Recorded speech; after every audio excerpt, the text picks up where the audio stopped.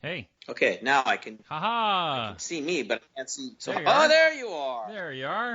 I Jeez see Louise, ya. man. I don't know why it's not working. Yeah. I love it. I don't remember why the hell we met.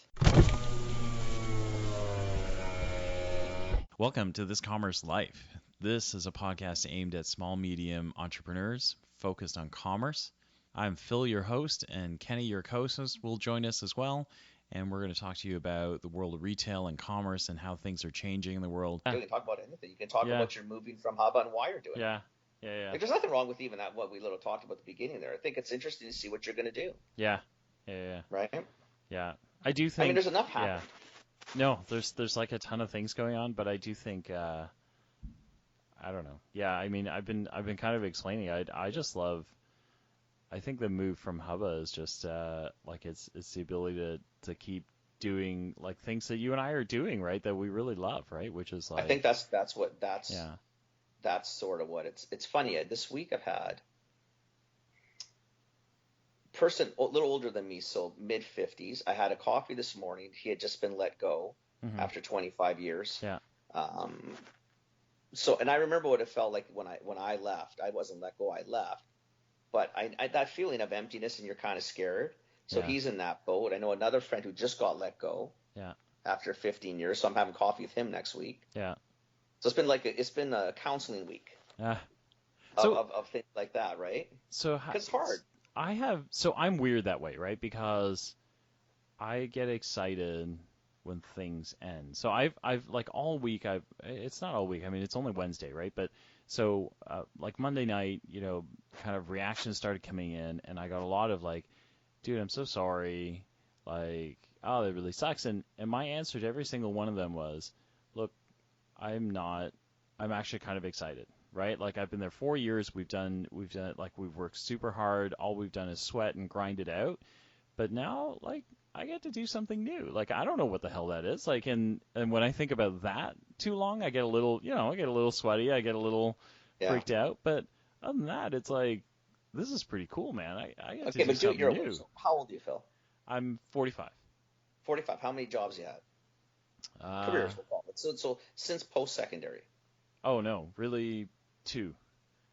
So one really, really short stint in banking that I definitely would have thrown myself off a building eventually. And then right into retail. I started at. Okay, but how many jobs within retail? Well, so you had Target, you had KC, you had J&J. I had Unilever. If I go in order, I had Unilever, Revlon, Kimberly-Clark, Danone, Pfizer, J&J, Target, then Hubba.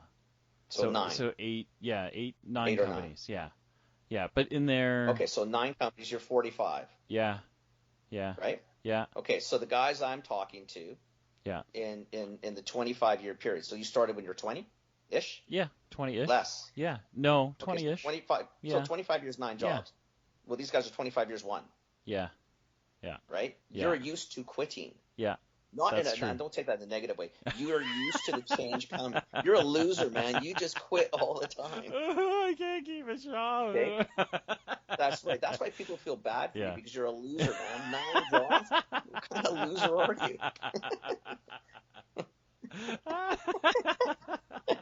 So, but these people are like 15 years, 1 job, and that one previous was maybe 15 years, 25 years in 1 job. Like a lot of these people are, they're more my age. Yeah. And seriously, those 7 or 8 years on top of you is in essence a little generation in that.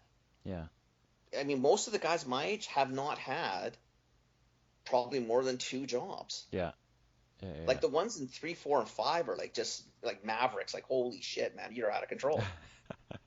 Right? At your age, 9 is nothing, and then the 10 years behind you, it's gonna be like 20 jobs. Yeah, it's true. It's true. Right? Yeah. So I think that's where it comes from. So, I don't know who's So if there's people saying, Phil, I'm sorry, man, I feel bad for you, whatever. Yeah. It could be an age thing that. Yeah. Someone in the 50s or 55s are going to think, oh, Jesus, what are you going to do? Oh, my God, because I've had the same job for 30 years now.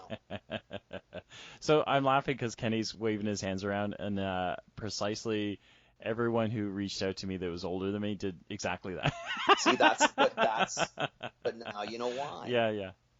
Because, the people I'm talking to are of the opposite end.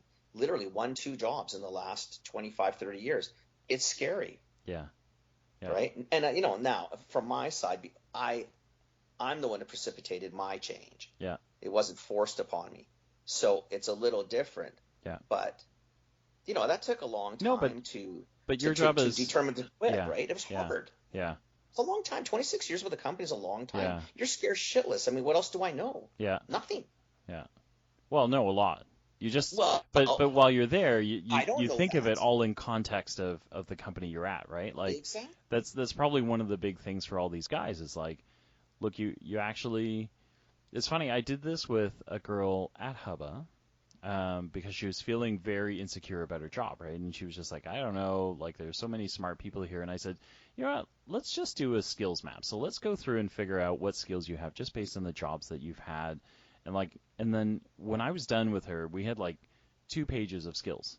And she's, I don't know, she's so young. She's 25-ish, maybe.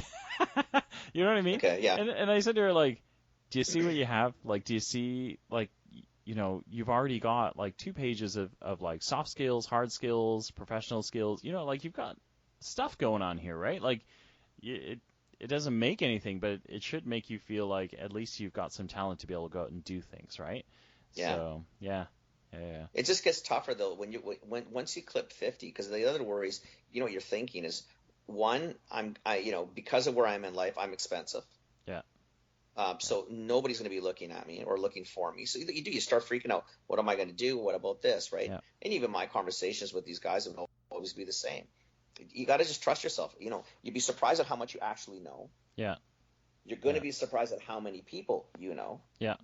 You're going to be surprised at how many people are in the same boat as you. Yeah. And honestly, if you got to hustle. But if you get on LinkedIn, get all your updates, get your shit together, make your contacts, join, like in Vancouver, let's say there's food execs, and I'm sure there's clubs like that in Toronto. You got to make sure nobody thinks you're dead. Yeah. Really, that's what the kicker is. You got to be seen. Do the shows. Yeah. I know you're not buying anything or you're not brokering. Who gives a shit? Yeah. I'm going to Anaheim, and the large part. Why do I go to Anaheim? Because I want people to make sure they know I'm not dead. Yeah. Yeah, Kenny's not dead. What are you doing here? Right? If you're listening to this, Kenny is not dead. And I'm not planning on dying right now. Don't die now. I got way too many things. I got way too busy right now. Yeah. Way too much shit on the go. I got no time to die. So but you know what I mean? Like, so you go to a show. That's what you do. I want people to say, okay. Because then what happens? 2 days later, hey, Vinush, I saw you at the show. What were you looking for? Just farting around. Yeah. Before Next thing you know, there's a story. Yeah. Right?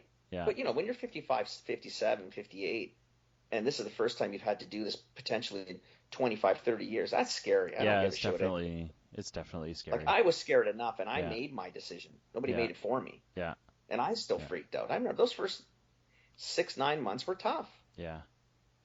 Right? Well, I'm okay. So let's back up for 1 second. So for listeners who are tuning in, Kenny and our the reason we're down this path is because you'll be hearing it a week after, but I've made a break. So most of you know that I worked for Hubba and I was a retail expert there. I've now left the company and I'm out on my own. So I've kind of hung my own shingle, I guess is what they say, and I'm out in the biz. But that kind of precipitated the discussion we're having now about how people view change or how you adapt to change, I guess, is a big part of this, right? Yeah. Yeah. But so it's funny because I think this is also timely as well, like, because I think we say it a lot on the show, but one of the things that I've been doing is as I'm getting into this kind of rhythm of being a consultant and everything, I'm trying to put down what are the things I'd help with, right? Like, so I started really high level and said, oh, I'm an omnichannel expert, right? And then I realized, like, what the hell does that mean exactly? I don't even know what the hell you say that. I have no idea what you're telling me. I just smile at you thinking, and I'm sure you're, what the hell is that? So, I I broke it down further, but I mean, omnichannel is really that. It really applies to retailers, right? And it's really for like that connection between that moment for a shopper when they feel like they're in your store, regardless of whether they're in a bricks and mortar store or they're online. The experience has to be the same, which is what they call omnichannel, right? And so, like, it's a real struggle. Like, I think there are a handful of people that do it well. Like, Best Buy probably does it really well. Yeah, I think they actually do a pretty good job with it, to be honest with you. Yeah. Yeah, right? Like, Best Buy does it well. The guys who sell really expensive vacuum cleaners, Dyson.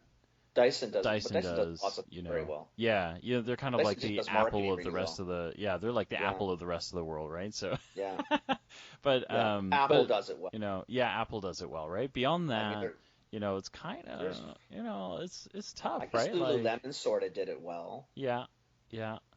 Lululemon's got a pretty good in-store and then online experience. They're almost the same.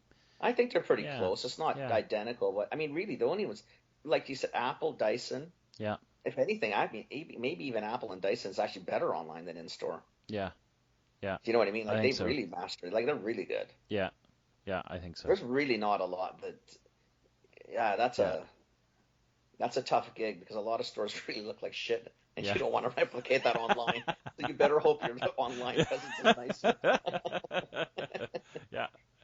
So I started there and I started drilling down, and it's kind of neat, right? Because you know, like as I'm writing, I do all things retail, and I realize like all things retail is such a broad term. Like, how do you?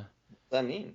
Like even like for brands that are coming to us or things like that, and so I started breaking down even further, right? Which is like, look, if you've got problems with, or if you have questions about like social media or your SEO, Kent listening, I'm not for Kent who listens to this podcast, I'm not an SEO expert. I didn't just claim to be one. I'm just saying that it is things you actually know what SEO means. I know what SEO means. But, all of that stuff, right? Like from social media to like, how do you manage your e-commerce cart, or how do you pitch retailers? Like all of those things that brands worry about along the way. Are things that I can help with, you can help with, right? Like I thought it's a really neat, because I was wondering about that, because we ask for brands to reach out to us, and every now and then we get one, but I wonder if brands that are listening to us just don't know what they should be asking us. Do you know? I think there's a lot of that. It's like your omni-channel thing. Really, if you don't, I mean, otherwise, people do what I just not. Yeah, for sure. All this time I say omnichannel, you smile and you laugh, and I thought, whatever, you're. You be an omnichannel. Sounds like you're the ethnic channel, channel 17, and we don't know what language tonight's episodes are going to be in. That's the omnichannel. Oh my god! Yeah, it's absolutely true. But yeah. So I started breaking out like all the things I could help with, and then I did, like for your friends that have been in the same place for that long and got let go, like. You should go through this exercise. It's actually a pretty enlightening one, right? Because you realize, write down what you know. All of a sudden, you go from order to receiving, and all of a sudden you figured out like, oh my God, there's like 18 contact points that I can help with, right? Yeah. Like there's so many things, right? So, yeah. You know what it's like though when I think what the challenge is again is when you get let go, being let go. To the person on the other is failure. Yeah. I have failed, therefore I have been let go. And that's not necessarily true. And in a lot of cases, it may not even be close to the truth. No. You just might be ultra expensive. And the best way to hit a bottom line mark is lose some fat. Yeah. And unfortunately, people become the fat. Yeah. Right? And you let go of a guy 60 that might be making 150 a year. You can bring in 3 kids at 25 at 50 each. Yeah. You triple your manpower, or bring in 2 at 100 and save 50. Yeah. And that's what happens. You become when it's human resources, it's like resources of lumber or coal, or you become a commodity. Yeah. Right. Yeah. But I think you're right. If people sit down, go through the exercise. Oh, definitely. What do I do well? What don't I do well? Yeah. You'd be surprised how many things on the do well side that you actually do well. Yeah. Yeah. And things I think I'm constantly surprised at things that I think, I consider basic, you consider basic, that people don't know, right? Yeah. And that's just because they haven't been in the industry or anything like that. Today, a couple episodes we were talking about price fixing and sales fundamentals, and a brand I was talking to today was talking about, listen, like, how do I go in and enforce, how do I go in and enforce a price strategy? And I said to them, I go, I don't think you can, like, because pricing is at the sole discretion of the retailer. You can't do that. Can't. But you can sell them a story as to why they might want to follow it. And they're like, what do you mean? I go, look, like, if you go in with data and you say, if you discount more than 10%, you leave tons of money on the table because people won't, the lift you get from discounting more than 10% isn't greater than leaving it at 10%, right? And then now you've got yourself a story that they go, oh, I get it. So I should do it more times at 10%, but if I drop to 25, I don't get more people buying it. I get the same number buying it, except I lost. But take a look at your POS will tell you that. As a vendor, look at the POS. Yeah. So if the POS is 100 regular and at 10% off it goes to 125. Yeah. And at 30% it goes off to 250. Yeah, 250 is a massive number. Yeah. But do the math. Yeah. If you're telling me, and this is where you got to go back to your retailer, what was the basket? Yeah. So if you're telling me all 250 units, so if 100 units went into 100 baskets, and the 125 when it was 10% off went into 110 baskets. Yeah. Right? Because hopefully some people still bought normal and you've increased a little bit. Yeah. If it went to 250 and went to 250 baskets, awesome. Yeah. But I'll tell you right now, at 250, it probably went to 125 baskets. Yeah. So you didn't increase a whole ton of people. You moved a lot more units. That's fantastic. You stole from another retailer. That's great. Yeah. But you probably really didn't do as much as you think you did. Yeah. Yeah. Yeah. Right? And what did it cost you? Yeah. Yeah. Right? See, but nobody wants to do the math. You get trapped into the sales game. Yeah. And so these are things that, like, you and I do naturally, right? But not everybody does that, right? So I think that's where. I guess so. You never think of it because it seems so logical and so easy. I mean, well, I know buyers who didn't do that. Yeah. They just look at the absolute dollar and you're thinking, yeah, that's great, guys. You realize that when you sold 100 units, you made a grand in profit. Yeah. And when you sold at 250, you made $50. And I'll tell you right now, if we both go look at the basket analysis, you didn't do much of anything. Yeah. But that's fine. If you want to take your little win and do your dance around the table, I mean, good for you, I guess.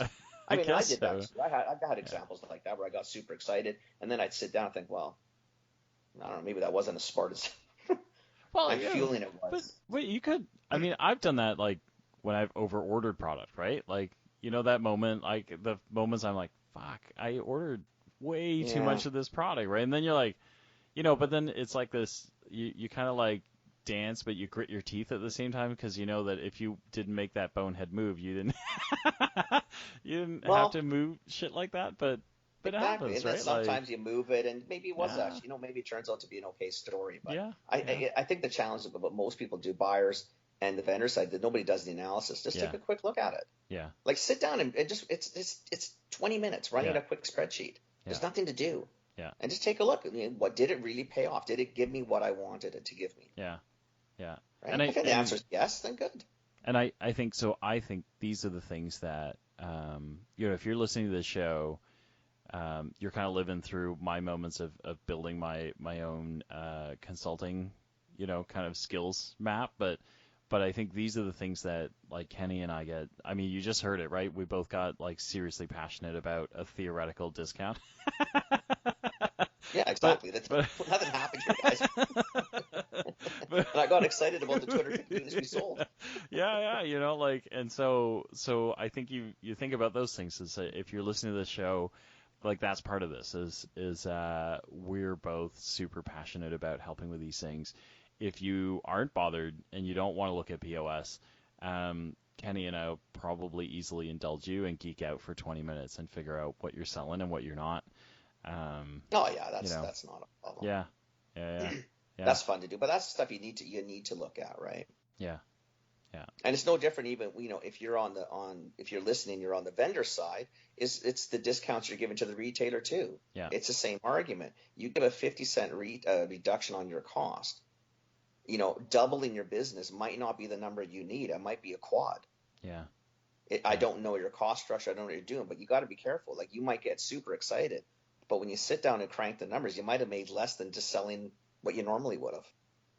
Yeah. Now, you need to move inventory if you need to hit a sales target. I mean, there might be a multitude of reasons why this is a great idea. You want to get it into more homes, fine, but just make sure that you're doing the look at. You might have doubled the units, but it's still 100 transactions. Yeah. It didn't matter. The number didn't change. Just the same people just bought two. Yeah. Right? Is that success? I don't know. It depends on what your parameters were going into it. Right? Yeah. But you know what it's like, Phil? Nobody looks at that. They just look at the absolute and they walk away and they high five. And sometimes you're sitting back thinking, we did the same transaction, guys. Nothing changed. Yeah. We didn't add new people. Like that's probably the scariest one. We took them out of another retailer. Yeah. Yeah. I mean, there's some wins there. I mean, they didn't buy it in another store. That's good. Well, no. But on the brand side, you don't necessarily care, right? Like to me, I don't care if London Drugs, they bought it from London Drugs or Loblaws or wherever. But if I have the same person, units, I don't give a shit if 1,000 people sell one. Yeah. Or one sells 1,000. Yeah. Easier to do the one guy at 1,000. Yeah. But typically that one's going to be the expensive one. Yeah. With the other ones, I'm probably going to make a little bit here, lose a little there. I can, Yeah, you can balance it out. Yeah. Exactly. Yeah. So I think these are the things that we get super excited about, that I get excited about. So I think I love this stuff. Like I think if you're in the science of retailing and you're trying to figure something out, this is the right place to throw roadblocks at us. We'd actually love it if you tried to stump us. I love that. That would be really fun. Right? Yeah. Or challenge us if you think, if you got a different way, like let us know. Could even be on the costing or on the placement. Like who do you think it should go to? And we could probably throw a bunch of arguments why I wouldn't put it at that retailer or that one. Yeah. But I would go to those four. Yeah. And there might be valid reasons why you want to use different people for different products and different pricing structures or whatever, right? Yeah. Right? Incorporate that broker or distributor, go direct. I mean, there's always a million ways to skin the same cat, right? It's just trying to figure out which makes the most sense for you as the vendor. I mean, you want to make money at this. Yeah. I'm assuming anyway. I like it. All right. That's the end of this Commerce Life. We'll be back soon with the next episode. Thank you for joining us. We hope you enjoyed it. Give us feedback. Tell us what you think. Subscribe, like us, join us, share us, tell your friends about us. And we hope to see you next time with more commerce news.